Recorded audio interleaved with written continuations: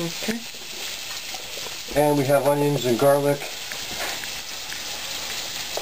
And the mushrooms. And when I do something like this, I leave a little extra left over here so that everything's not going in it at once. And so you get different textures. This is that wonderful pepper.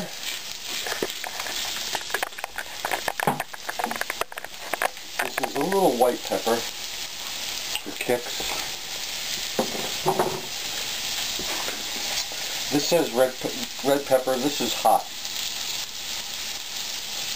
pepper, and that's going to give it some kick. I have a little soy sauce here.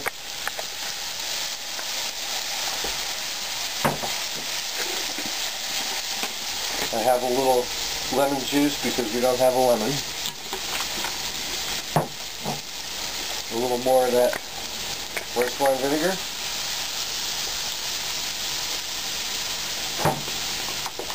A sprinkle of the Old Bay. Is that a sprinkle? Yeah. A healthy sprinkle. We have some fresh herbs that we're going to use too. I'm going to throw this in.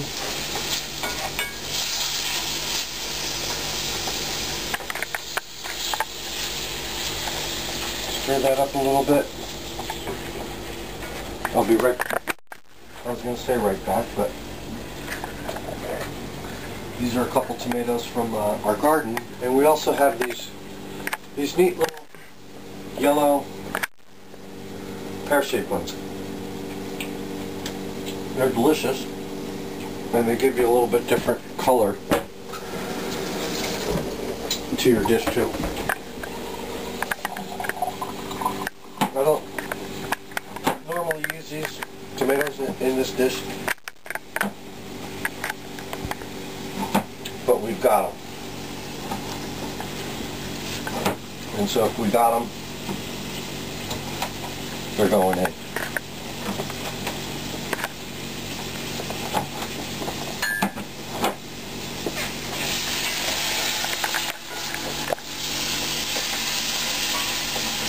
It may change the dish a little, but change is good. I'm going to add that. Betty's eating these little yellow pear ones.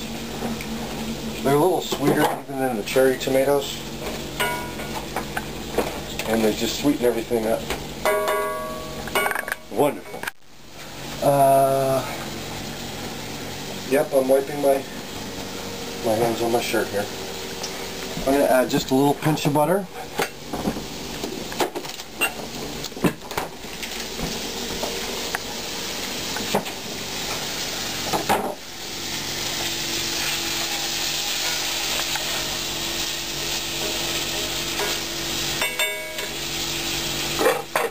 Have the shrimp hiding from the flies under here, and they're probably cooked through.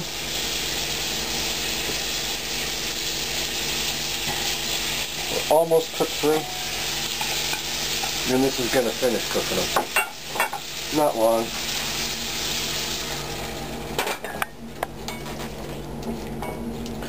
One thing I forgot is some fresh herbs. And I didn't put any cornstarch in this water. I'll do that. I know you're supposed to mix it with the water first, but I find if you just put a little in, you can usually get away with that.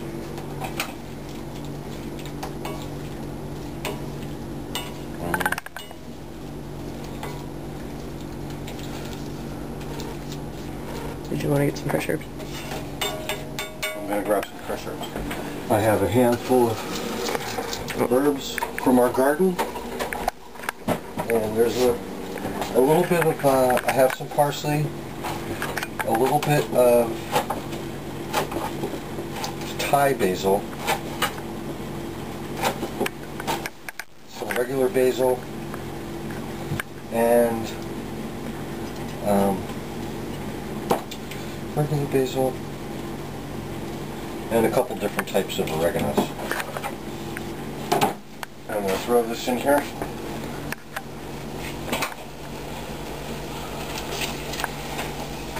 Starting to stick a little. Add some more broth.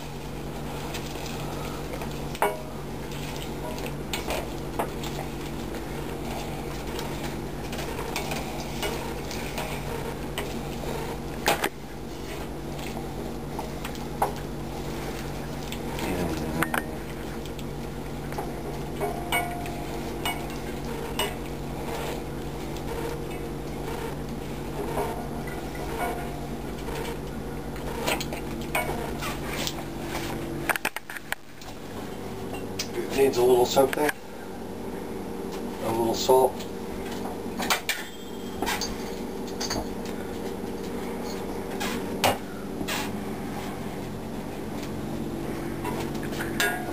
Let's throw another tomato, just a fresh tomato.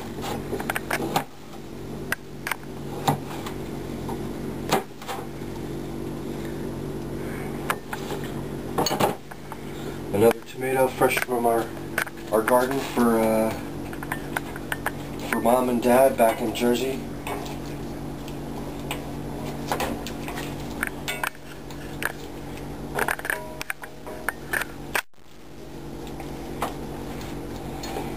Pour the rest of the broth in. Okay.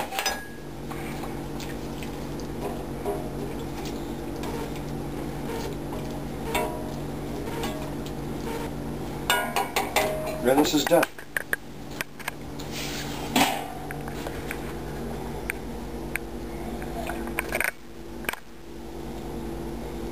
With the nice mushrooms.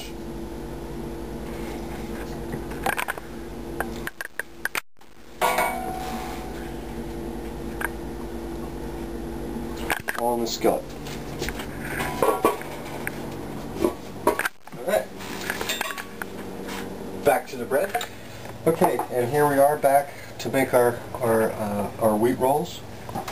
And I have just about a light coating of olive oil on here that I'll rub on one of these great baking sheets. This is one of the aerated ones. And a thin coat of olive oil or oil. And I do a healthy dusting of this cornmeal, corn flour. And get it all over, because we'll clean it later. I'm going to grab our dough. It has risen a little bit.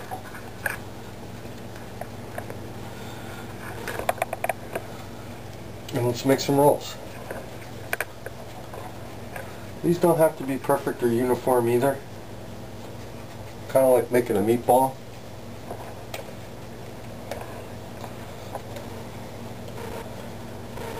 And I used to try to make them as uniform as I could, and then I found out it's nice to have some different sizes. And so I'll make some that are round rolls.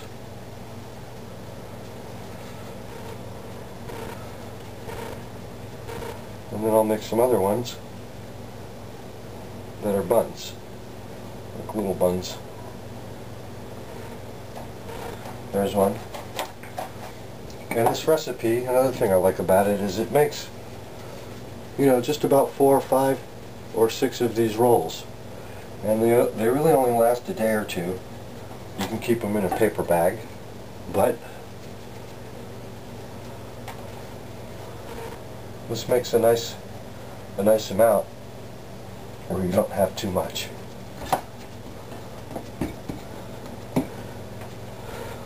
And also this size is just about right for a medium pizza. I may do that in the next one.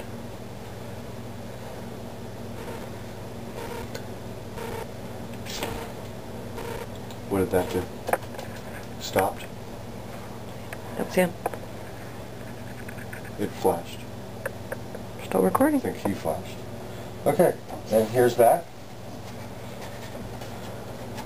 I could make a face with these. You could, if you wanted to. I'm going to get sesame seeds. Don't move.